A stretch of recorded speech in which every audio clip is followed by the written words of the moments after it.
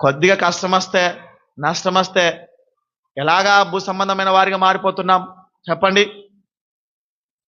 మనకు పైన నిత్యత్వం ఉందండి, నిత్యం జీవిస్తాం. ఇక్కడ 70-80 ఏళ్ళు బతుకుతా కావచ్చు. ఎంత సంపాదించినా, ఎన్ని కొనుక్కున్నా, ఎన్ని కట్టుకున్నా, అర్థమవుతుందా? ఎన్ని ధరించుకున్నా. నీకు మొన్న చెప్పాను కదా, శుక్రవారం రోజు 10,000 చీర ఇష్టమై కొనుక్కో. ఆ చీర నిన్ను సమాధిలో పెట్టేటప్పుడు నీ బిడ్డ బిడ్డనిస్తారా? ఆడబిడ్డను మా అమ్మకి ఎంతో ప్రేమ, అమ్మ గుర్తుకుంచుకుంటా. నువ్వు ఇష్టపడి కొనుక్కున్న 10,000 చీర కూడా నీతో రాదు, ఏం రాదు. రక్షణ వస్తుంది నీతో, అది నిత్య జీవాన్ని ఇస్తుంది. దాని కొరకు పాటుపాడు. ఈ భూమి మీద నిజమైన ఆశీర్వాదము పాప క్షమాపణ ఏవి కావు. ఇవన్నీ విడిచిపెడతాం.